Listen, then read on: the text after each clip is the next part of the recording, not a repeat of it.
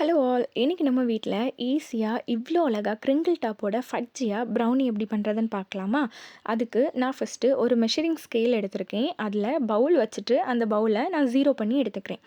Zero பண்ணி எடுத்ததுக்கப்புறமா first இன்க்ரீடியண்ட்டாக நம்ம இதில் பட்டர் தான் ஆட் பண்ண போகிறோம். அன்சால்டட் பட்டர் வந்து ஒரு 100 கிராம் எடுத்துக்கோங்க, ஓகேங்களா? 100 தான் கரெக்டாக எக்ஸாக்டாக இருக்கணும்னு இல்லை, ஒரு 102, 98 அந்த மாதிரி இருந்தாலும் ஓகே தான்.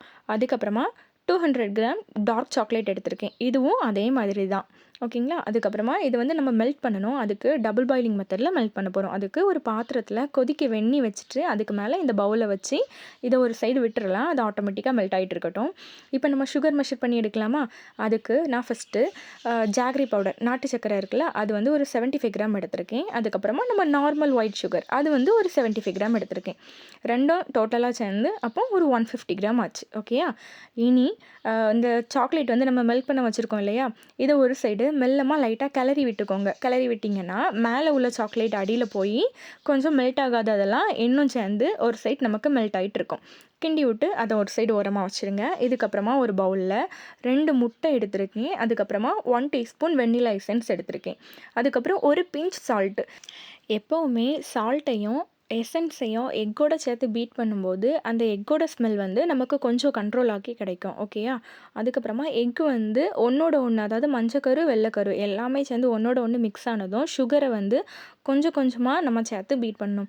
இது கேக்குக்கு பண்ணுற மாதிரி ரொம்ப ஃப்ளஃபியாக வரணும் அப்படின்ட்டு அவசியம் இல்லை. பட் அந்த சுகர் வந்து நல்லா மெல்ட் ஆகணும். சுகர் மெல்ட் ஆனால் தான் ப்ரௌனிக்கான அந்த கன்சிஸ்டன்சி வந்து கரெக்டாக இருக்கும். அது வந்து ஒரு மாதிரி நுரைச்சி வரும், உங்களுக்கு பார்த்தாலே தெரியும். அதுக்கப்புறமா நீங்கள் பீட்டரை மெல்ல தூக்கி பார்த்து அதில் லைட்டாக கை வச்சு பார்த்தீங்கன்னா அந்த சுகரோட எந்த ஒரு கட்டிகளும் இல்லாமல் இருந்துச்சுன்னா ஓகே, கரெக்டாக இருக்குது அப்படின்னு அர்த்தம். இப்போ நான் கை வச்சு எடுக்கிறேன் இல்லையா, அந்த மாதிரி பார்த்தீங்கன்னா எந்த ஒரு சுகரோட இதுவுமே இருக்காது அப்படின்னா ஓகே, கரெக்டாக இருக்குது. இப்போ வந்து நம்ம மைதா மெஷர் பண்ணி எடுத்துடலாம். மைதா வந்து நான் 100 கிராம் எடுத்திருக்கேன். அதுக்கு கொக்கோ பவுடர் வந்து ஒரு 20லேருந்து 30 கிராம் வரை எடுத்துக்கிடுங்க. நான் வந்து ஒரு 25 கிராம் எடுத்திருக்கேன். நான் வந்து எடுத்துருக்கிறது டார்க் கொக்கோ பவுடர். நீங்கள் டார்க் கொக்கோ பவுடர் எடுத்தீங்க அப்படின்னா அந்த கலர் வந்து இன்னுமே ப்ரௌனிக்கு நல்லா இருக்கும். நல்லா டார்க் கலராக இருக்கும்போது இதை நல்லா சலிச்சு எடுத்து வச்சுக்கோங்க. சலிச்சு எடுத்து வச்சதுக்கப்புறமா அந்த மைதா அண்ட் கொக்கோ பவுடர் ஒன்றோட ஒன்று நல்லா மிக்ஸ் ஆகட்டும். இப்போ நம்ம மெல்ட் பண்ணி வச்சுருக்க சாக்லேட் எடுத்துகிட்டு வந்துடலாம். நம்ம கிண்டி விட்டு எடுத்து வச்சதுனால பாருங்கள் அந்த சாக்லேட் எவ்வளோ ஸ்மூத்தாக மெல்ட் ஆகி இருக்குன்னு, சூப்பராக இருக்குது.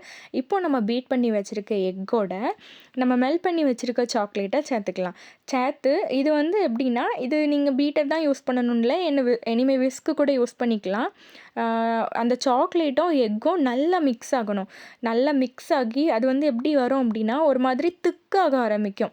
நீங்கள் கை வச்சு கிண்டிகிட்டு இருக்கும்போதே உங்களுக்கு அது ஃபீல் ஆகும். அது வந்து ஒரு மாதிரி இறுக்கம் கொடுக்குற மாதிரி இருக்கும். திக்காக ஏதோ கொஞ்சம் ஒரு பேஸ்ட் எடுத்த மாதிரி ஒரு ஃபீல் வரும்.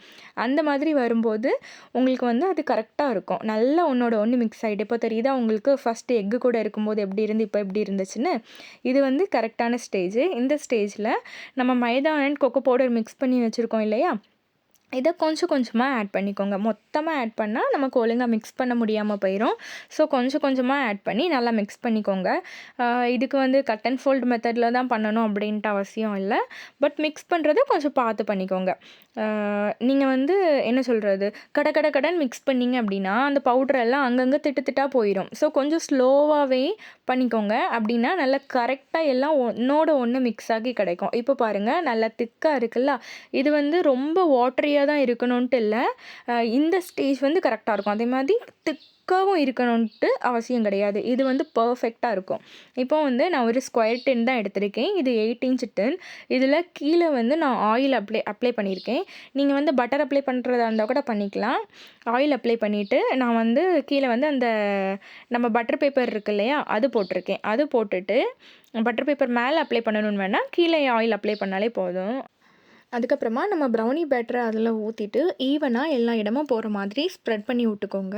ஒரு டூத்பிக் எடுத்து நல்ல ஈவனாக கிண்டி விட்டுட்டு ஏர் பபிள்ஸ் இருந்தால் அதெல்லாம் ரிலீஸ் பண்ணி விட்டுக்கோங்க. அதுக்கப்புறமா நான் அன்றைக்கி இதை வந்து கடாயில் தான் பேக் பண்ண போகிறேன். அதுக்கு 5 மினிட்ஸ் அதை ப்ரீ ஹீட் பண்ணதுக்காக அடுப்பில் வச்சுட்டு உள்ளே ஒரு சின்ன ஸ்டாண்ட் வச்சு அதுக்குள்ளே வச்சு மூடி போட்டு எடுக்க போகிறோம்.